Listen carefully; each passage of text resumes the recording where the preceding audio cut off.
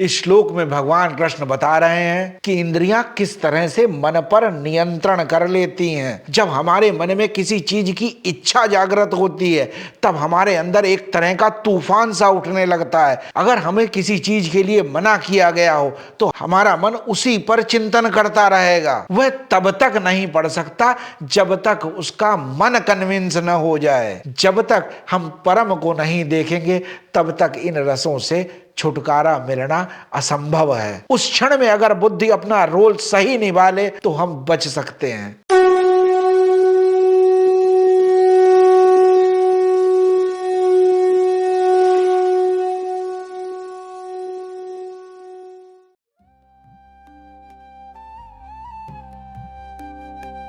धर्मो रक्षते रक्षिता। नमस्कार दोस्तों, आप सभी लोगों का बहुत बहुत स्वागत है धर्मक्षेत्र के इस प्रोग्राम में। भगवान कृष्ण की स्तुति के साथ प्रोग्राम की शुरुआत करते हैं। ओम सच्चिदानंद रूपाय विश्वोत्पत्त्यादि हेतवे तापत्रय विनाशाय श्री कृष्णाय वयं नमः। अब तक हमने जाना कि स्थित प्रज्ञ व्यक्ति अपनी इंद्रियों पर नियंत्रण कैसे करता है। वो चीजों में उतना ही उलझता है, उतना ही इन्वॉल्व होता है जितना आवश्यक है, क्योंकि उसकी दृष्टि अपने लक्ष्य पर, अपने उद्देश्य पर, उस परमात्मा पर लगी हुई है। उसकी आसक्ति इन छोटे मोटे भोगों में नहीं रह गई है। लेकिन ये बात सिर्फ जानने की नहीं है, ये बात जीवन में उतारने की है। इंद्रियों को नियंत्रित करने के लिए रसों की आसक्ति भी छोड़नी होती है। जिसकी रसों में रुचि ही नहीं रह गई हो, इंटरेस्ट ही नहीं रह गया हो, लालसा ही न रह गई हो, वह व्यक्ति स्थित प्रज्ञ है। आगे भगवान कृष्ण कहते हैं कि इंद्रियां बहुत प्रबल हैं, इंद्रियां बहुत शक्तिशाली हैं। देखते हैं गीता के दूसरे अध्याय के श्लोक संख्या 60 में भगवान कृष्ण आगे क्या कहते हैं। यततो हयपि कौन्तेय पुरुषस्य विपश्चितः इंद्रियाणि प्रमाथीनि हरन्ति प्रसभं मनः। इस श्लोक में भगवान कृष्ण बता रहे हैं कि इंद्रियां किस तरह से मन पर नियंत्रण कर लेती हैं, मन को अपने वश में ले आती हैं। यततो हयपि कौन्तेय पुरुषस्य विपश्चितः। यहाँ भगवान कृष्ण अर्जुन को कौन्तेय नाम से संबोधित करते हैं, माँ कुंती की याद दिला रहे हैं। जैसा हमने पहले जाना है कि माँ कुंती जो है इस कथा की कर्तव्य मूर्ति हैं। माँ कुंती की याद दिलाने के लिए, अपने कर्तव्य की याद दिलाने के लिए भगवान कृष्ण अर्जुन को कौन्तेय कहकर संबोधित करते हैं। और आगे कहा कि आप पुरुषस्य विपश्चितः। विपश्चितः पुरुष कहा जाता है जो विद्वान पुरुष है, जो बातों को जानता है। कहा भी गया है यह शास्त्रम जानति स विपश्चितः। जो शास्त्र में कही हुई बातों को जानता हो, जो अपनी इंद्रियों के प्रति सजग है और सचेतक है, अलर्ट है उनको लेकर, और उन्हें नियंत्रित करने का प्रयास भी कर रहा है। यततो हयपि, उस व्यक्ति को भी इंद्रियाणि प्रमाथीनि। प्रमथ का अर्थ होता है विचलित कर देती हैं। सेंसेस आर टर्बुलेंट, वो टर्बुलेंस क्रिएट कर देती हैं। जब हमारे मन में किसी चीज की इच्छा जागृत होती है तब हमारे अंदर एक तरह का तूफान सा उठने लगता है और इस तूफान में ज्ञान उड़ा चला जाता है। बुद्धि हथियार डाल देती है। इंद्रियां चंचल हैं, वो मन को भी चंचल बना देती हैं। हरन्ति प्रसभम मनः। प्रसभम कहा जाता है बलपूर्वक, जबरदस्ती। हरन्ति, हरण कर लेती हैं, अपने नियंत्रण में कर लेती हैं। किसे? मन को। जब हमें लगता है कि हमने अपनी इंद्रियों को नियंत्रित कर लिया है, वो हमारे नियंत्रण में है, तभी वो विद्रोह कर देती हैं। जितना भी हम प्रयास करते हैं उन्हें विषयों से, रसों से हटाने का, वो उतने ही वेग से प्रहार करती हैं। इसीलिए कहा गया कि इंद्रियां बहुत ही शक्तिशाली हैं, उनका वेग हर बार बढ़ता चला जाता है। अगर हमें किसी चीज के लिए मना किया गया हो तो हमारा मन उसी पर चिंतन करता रहेगा। अगर मीठा खाने को मना किया गया हो और सामने रसगुल्ले आ जाएं मन उसी का चिंतन करता रहेगा, मन में एक तूफान सा उठा रहेगा, एक बेचैनी पैदा हो जाएगी और तब तक ऐसा करता रहेगा जब तक एक उठा के मुंह में रख न लिया जाए। कोई हमें कह दे कि यहां अंदर मत देखना, हमारे मन में तुरंत ही विचार होने लगेंगे, चिंतन करने लगेंगे कि क्यों देखने से मना किया, क्या हो रहा है। हम उसी के चिंतन में व्यस्त हो गए और इतना परेशान हो जाएंगे कि जब तक हमें पता न चल जाए। एक बार एक सन्यासी के मन में बड़ी इच्छा हुई कि मुझे कोई ऐसा गुरु चाहिए जो मुझे ईश्वर के दर्शन करा दे, मैं परमात्मा का साक्षात्कार करना चाहता हूं। बहुत जगह भटकता हुआ गया, एक दिन एक गुरु के पास पहुंचा। उस गुरु ने कहा, हाँ मैं तुम्हें ईश्वर के दर्शन करा दूंगा, बस तुम्हें ध्यान में बैठना होगा। वो व्यक्ति तुरंत तैयार हो गया कि हाँ मैं बहुत दिन से ध्यान करता हूं, मैं ध्यान में बैठ जाऊंगा। तब गुरु ने कहा, एक बात का ध्यान रखना, वो बहुत इंपॉर्टेंट है, जब आप ध्यान कर रहे हो तब मन में जिराफ के बारे में न सोचें और थोड़ी देर आप ध्यान में बैठेंगे, आपको ईश्वर के दर्शन हो जाएंगे। उस व्यक्ति ने मन में सोचा, मैंने तो कभी जीवन में जिराफ देखा ही नहीं है, मैं तो आसानी से ध्यान कर लूंगा, जिराफ का ख्याल भी मन में न लाऊंगा। लेकिन अब उसके मन में जिराफ का ही विचार आने लगा, क्योंकि उसे मना किया गया था। अब वो इस बात पर विचार करने लगा कि जब वो स्कूल में पढ़ता था तब क्या कोई जिराफ की तस्वीर देखी थी। वो बहुत देर ध्यान की कोशिश करता रहा, लेकिन जिराफ मन से बाहर नहीं जा सका। हमारे साथ भी ऐसा होता है, हमें जिस चीज से मना किया जाए या हम जिसको छोड़ना चाहते हो, उसका चिंतन हमारे मन में स्थिर हो जाता है। मेरे एक मित्र हैं, वो चेन स्मोकर हैं। हम दोनों एक बार यात्रा कर रहे थे, हम लोग दुबई से सैन फ्रांसिस्को जा रहे थे, बड़ी लंबी फ्लाइट थी। मेरे मित्र को विंडो सीट मिल गई, वो बहुत एंजॉय कर रहे थे, बहुत एक्साइटेड थे। हम लोग अपने प्लान्स डिस्कस कर रहे थे, वहां हम कौन कौन सी जगह जाएंगे उसके बारे में विचार कर रहे थे। जैसे ही प्लेन ने टेक ऑफ किया, पाम आइलैंड्स का सुंदर दृश्य दिखाई दिया, वो उस दृश्य को एंजॉय कर रहे थे, हम लोग खा पी रहे थे। बादलों के ऊपर से जो अद्भुत दृश्य था उसको हम दोनों ही एंजॉय कर रहे थे और उसके बारे में चर्चा कर रहे थे। सफर बहुत अच्छा चल रहा था, तभी उनके मन में सिगरेट का ख्याल आने लगा। अब फ्लाइट में स्मोक कर नहीं सकते थे, लेकिन अब वो रह रहकर सिगरेट की याद करने लगे। बार बार वो टाइम देखते कि कब फ्लाइट लैंड करेगी। अब उन्हें बाहर के सीन में कोई इंटरेस्ट नहीं रह गया था, उन्हें अब खाने पीने में कोई इंटरेस्ट नहीं रह गया था। उनका सारा ध्यान इस बात पर था कि फ्लाइट कब लैंड हो और कब मैं सिगरेट पी सकूं। वो जितना ही ध्यान हटाने का प्रयास करते, उतना ही ध्यान बार बार वहीं जाता था। यह है इंद्रियों का प्रमथन। इंद्रियां अंदर टर्बुलेंस क्रिएट कर देती हैं और इस तूफान की इंटेंसिटी धीरे धीरे बढ़ती ही चली जाती है। अब वे चिड़चिड़े होने लगे, इरिटेट होने लगे। अब उन्हें हर चीज से शिकायत थी, बार बार घड़ी देखते, परेशान होते,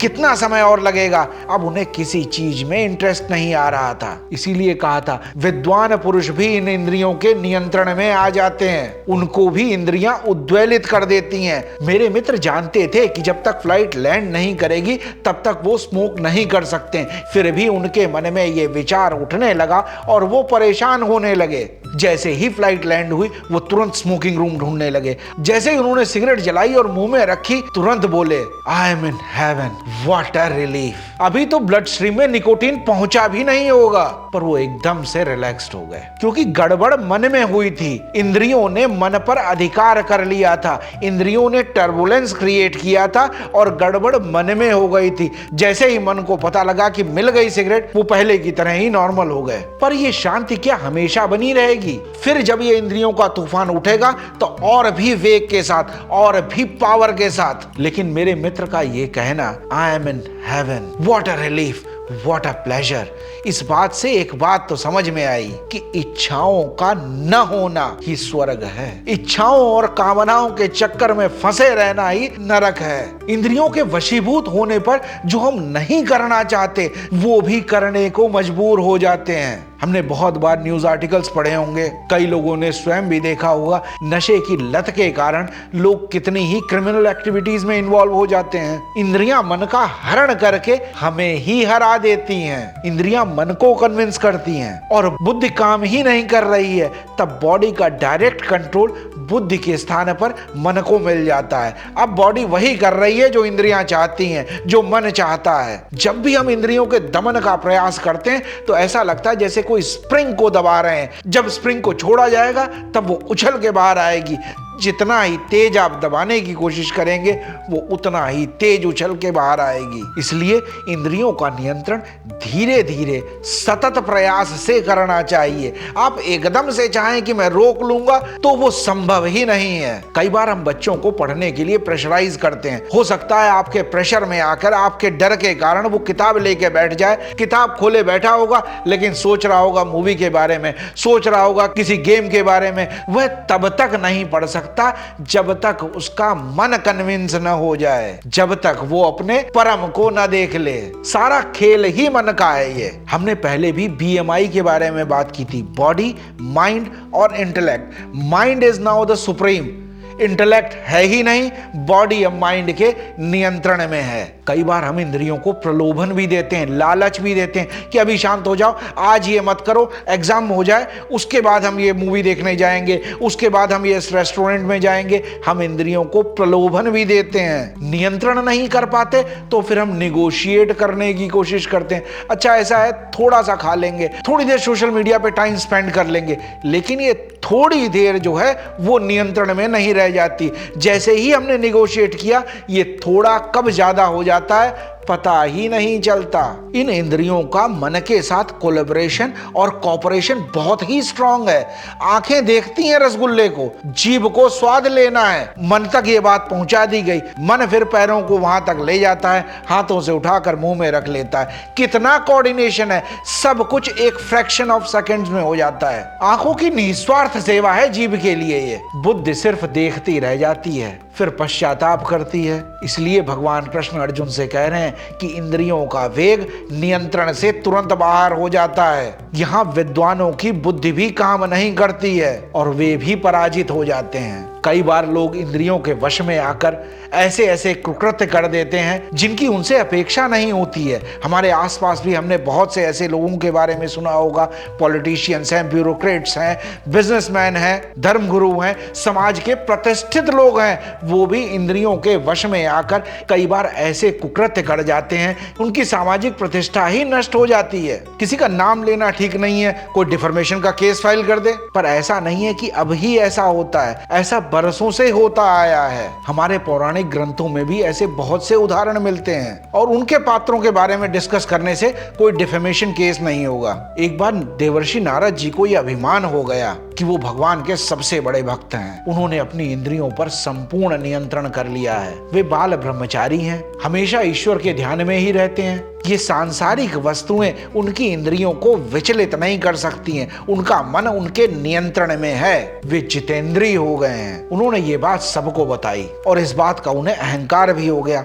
लेकिन अहंकार तो ईश्वर का भोजन है, भक्त का पतन न हो जाए, इसलिए भगवान ने उन्हें सचेत करने के लिए अपनी माया का विस्तार दिखाया। एक दिन देवर्षि नारद जी नारायण नारायण करते हुए कहीं चले जा रहे थे। तभी उन्हें एक राज्य से एक राजा का निमंत्रण मिला। जब निमंत्रण मिला तो उस राजा से मिलने के लिए देवर्षि नारद पहुंचे। राजा ने परिवार सहित देवर्षि नारद का बहुत स्वागत किया, बहुत सत्कार किया, बहुत सम्मान दिया। सम्मान से अहंकार और मजबूत हो जाता है। रिस्पेक्ट जो है ईगो को मसाज कर देती है। राजा ने कहा, देवर्षि आप तो सर्वज्ञ हैं, आप तो सब कुछ जानते हैं, आप तो जितेंद्रिय हैं, आप तो भगवान के सबसे बड़े भक्त हैं। आप अगर हो सके तो मेरी पुत्री का भविष्य बताइए। जब राजकुमारी सामने आई और नारद जी ने जब राजकुमारी का हाथ पकड़ा उसकी हस्तरेखाएं देखने के लिए, नारद जी तुरंत उस पर मोहित हो गए। इंद्रियों की आकांक्षाएं बढ़ने लगी क्योंकि हस्तरेखाओं से नारद जी ने यह कंक्लूजन निकाला, जिसका भी विवाह इस कन्या से होगा वो त्रिलोक का स्वामी होगा। अब तो मन में लोभ भी पैदा हो गया, लालच भी पैदा हो गया, मोह भी पैदा हो गया, आकांक्षा भी बनने लगी। इंद्रियों ने अब इस भटके हुए मन को झट से पकड़ लिया। बरसों में अर्जित किया हुआ सारा ज्ञान, सारी तपस्या, सारी साधना, संयम, जितेंद्रिय होने का दावा, सब कुछ खत्म हो गया। जब इंद्रियों का प्रमथन तूफान शुरू हुआ तब सब ज्ञान धरा का धरा रह गया। अब मन में सिर्फ एक ही विचार था कि किसी तरह से मैं इस राजकुमारी से विवाह कर लूं। अब इससे कम कुछ मानने की स्थिति ही नहीं रह गई। मन भागा जा रहा था, भविष्य की योजनाएं बना रहा था कि किस तरह से मेरा विवाह इस राजकुमारी के साथ हो जाए। इसीलिए गोस्वामी तुलसीदास जी रामचरितमानस में लिखते भी हैं, बोले भी हसी महेश तब ज्ञानी मूढ़ न कोई, जेहि जस रघुपति करहि जब सो तस तेहि छन होय। कोई भी ज्ञानी और मूर्ख नहीं है। जब इंद्रियों का प्रमथन शुरू होता है, जब इंद्रियां तूफान क्रिएट करती हैं, तब ज्ञानी और मूढ़ कोई रह ही नहीं जाता। उस क्षण जिसे अपने परम उद्देश्य का ध्यान बना रहा, बस वही बच पाता है, और जिसका ध्यान उस परम से हट गया वो उस तूफान में बह ही जाएगा। इसीलिए भगवान कृष्ण ने कहा है कि विद्वान भी इस इंद्रियों के वेग से बच नहीं पाते।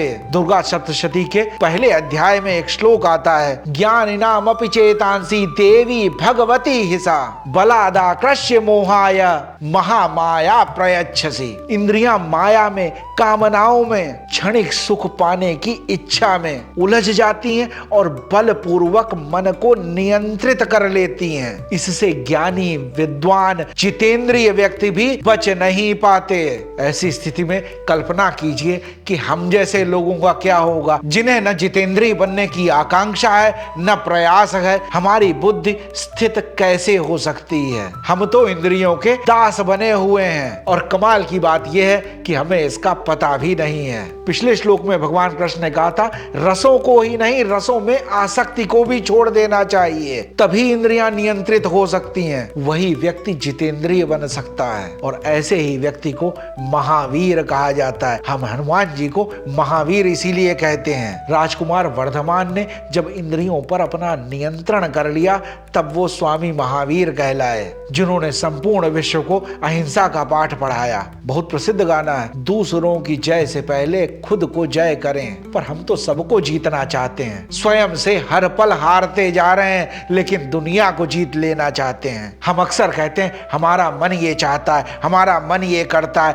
मुझे ये अच्छा लगता है, मुझे ये बिल्कुल पसंद नहीं है। ये सिर्फ इसलिए क्योंकि हमारी इंद्रियों पर कोई नियंत्रण नहीं है। हमारा मन पूरी तरह से इंद्रियों के वश में है, लेकिन इससे छूटा तभी जा सकता है जब परम दृष्टवा हो जाए, जब लाइफ का पर्पस मिल जाए, जब हमारी दृष्टि उस परम तत्व, उस परमात्मा की तरफ हो जाए, अपने उद्देश्य की तरफ हो जाए, तब ये रस हमसे छूट जाएंगे।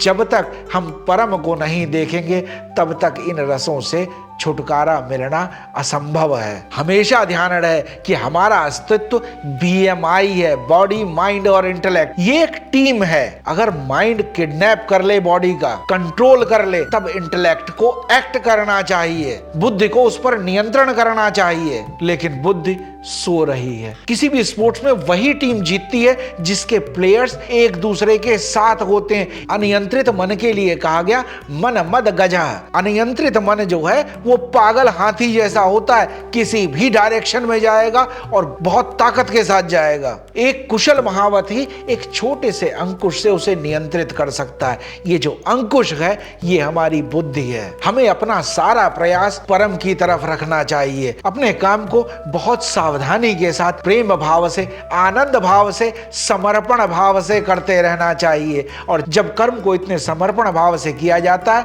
तब कर्म ही धर्म हो जाता है। हमारी इस प्रवृत्ति के कारण हमारा एक्सप्लॉइटेशन भी बहुत होता है, लेकिन हम तो जानते ही नहीं है कि हम इंद्रियों के दास बने हुए हैं। आप जब सुपरमार्केट में जाते हैं तो कैश काउंटर पे आप देखिए कितनी तरह की चीजें रखी होती हैं। जिन चीजों का हमें कोई उपयोग नहीं है, वो चीजें वहां रखी होती हैं, जिनको हम साधारण परिस्थितियों में नहीं खरीदते। इंद्रियों को टिकल कर रही हैं, ट्रिगर कर रही हैं, ताकि हम उन्हें खरीद सकें। अपनी इंद्रियों के कारण हम इस तरह से एक्सप्लॉइट भी किए जाते हैं। इस इंपल्सिव बाइंग के चक्कर में हम अनप्लान्ड और अननेसेसरी चीजों को भी खरीद डालते हैं, जिनका हमें कोई प्रयोग ही नहीं है। ये एडवर्टाइजमेंट हमारी सेंसेस को एक्सप्लॉइट करने का एक तरीका है। अब तो बाहर जाने की भी जरूरत नहीं है, सोशल मीडिया पे ही सब कुछ मिल जाएगा। आपका जो इंटरेस्ट होगा, जैसे आप वीडियोस देखेंगे आपको वही वीडियोस दिखाई जाएंगे, वही रील्स दिखाई जाएंगी। इंद्रियों को एक्सप्लॉइट किया जा रहा है, हर क्षण किया जा रहा है, लेकिन हमें पता ही नहीं है। ये सब हमारे इंटरेस्ट, हमारी वीकनेस, हमारे स्टिमुलस पॉइंट सब कुछ एक्सपोज हो चुका है और वो हमारा ध्यान हमेशा भटकाते रहते हैं, अपने उद्देश्य से, अपने परम से हमें भटकाते रहते हैं, डिस्ट्रैक्ट करते रहते हैं। हमारा तो एजुकेशन सिस्टम भी इंटेलेक्ट को बढ़ाने का प्रयास नहीं करता। शिक्षा तो सिर्फ एक साधन बन गई है इंद्रियों की आपूर्ति के लिए। इसीलिए मैं कहता भी हूं कि आजकल की शिक्षा ऐसी हो गई है, education for employment, employment for enjoyment. सभी साधन अवेलेबल हैं जो हमारी इंद्रियों के इस तूफान में हमें और फंसा सकें और ट्रिगर कर सकें, उस तूफान की इंटेंसिटी बढ़ा सकें, हमारी बुद्धि को और भी डीप स्लीप में ले जाएं। तो इस श्लोक में भगवान कृष्ण ने कहा कि इंद्रियों के इस तूफान से बचना विद्वान और ज्ञानी पुरुषों के लिए भी बहुत मुश्किल है। हम जैसे साधारण लोगों के लिए तो क्या कहा जाए। इसलिए हमें अपनी बुद्धि को हमेशा सचेत रखना चाहिए, अलर्ट रखना चाहिए कि कब हम फिसल सकते हैं, कब हम गिर सकते हैं। उस क्षण में अगर बुद्धि अपना रोल सही निभा ले तो हम बच सकते हैं। आज भी अगर कोई बात अच्छी लगी हो, कोई प्रसंग अच्छा लगा हो, तो जरूर इस वीडियो को अपने मित्रों के साथ, अपने शुभचिंतकों के साथ, अपने परिवारजनों के साथ जरूर इस वीडियो को शेयर करें, वीडियो को लाइक भी करें और अगर पहली बार आप इस वीडियो को देख रहे हैं तो चैनल को सब्सक्राइब भी करें और बेल नोटिफिकेशन आइकन प्रेस कर दें ताकि हर शुक्रवार को जब एक नया एपिसोड आए तब आप तक इसकी सूचना पहुंच सके और गीता सीखने की हमारी ये यात्रा यूं ही निरंतर चलती रहे। आप लोग अपने कमेंट्स भी दीजिए, आपके कमेंट्स गीता को सीखने और जानने की हमारी इस यात्रा में बहुत ही सहयोगी होंगे। भगवान की कृपा हम सब पर यूं ही बनी रहे और हम अपनी बुद्धि को अलर्ट रख सकें, सचेत रह सकें, मन और इंद्रियों पर नियंत्रण करना सीख सकें। जय श्री राम। धर्मो रक्षति रक्षितः।